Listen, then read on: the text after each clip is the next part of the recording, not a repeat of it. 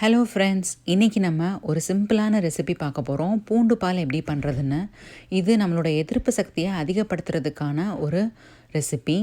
நம்ம வீட்டிலையே இதை அடிக்கடி நம்ம அம்மாவும் பாட்டியும் நம்மளுக்கு செஞ்சு கொடுத்துருப்பாங்க. இப்போ இதை எப்படி பண்ணுறதுன்னு சொல்லி பார்ப்போம். இதுக்கு உங்களுக்கு தேவை பூண்டு ஒரு 4 இல்லைன்னா 5 பல் எடுத்துக்கோங்க. 1 டம்ளர் பாலுக்கு. அப்புறம் பனங்கற்கண்டு இல்லைன்னா கருப்பட்டி, அப்படி இல்லைன்னா வெல்லம். இது எதுவுமே இல்லைன்னா நீங்கள் சுகர் கூட யூஸ் பண்ணிக்கலாம்.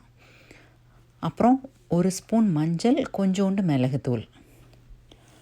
உங்கள்கிட்ட மிளகு தூளாக இல்லாமல் முழு மிளகாய் இருந்துச்சுன்னா கொஞ்சம் இடித்து அதில் 1 ஸ்பூன் சேர்த்துக்கோங்க நீங்கள். இப்போ முதல்ல பாலை நம்ம காய்ச்சலாம். பால் லைட்டாக சுட்டதுக்கப்புறமா அதில் நம்மளோட 5 பல் வெள்ளை பூண்டை எடுத்து போட்டுக்கோங்க. நல்லா தோலெல்லாம் உரிச்சிட்டு போடுங்க.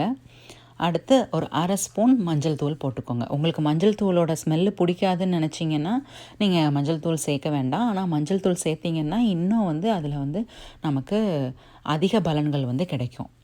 இது ரொம்ப சாதாரண ரெசிபி மாதிரி தான் தெரியும். ஆனால் இதோட பலன் ரொம்ப அதிகங்க. அதனால் நீங்கள் கட்டாயமாக இதை வீட்டில் செஞ்சு சாப்பிடுங்க.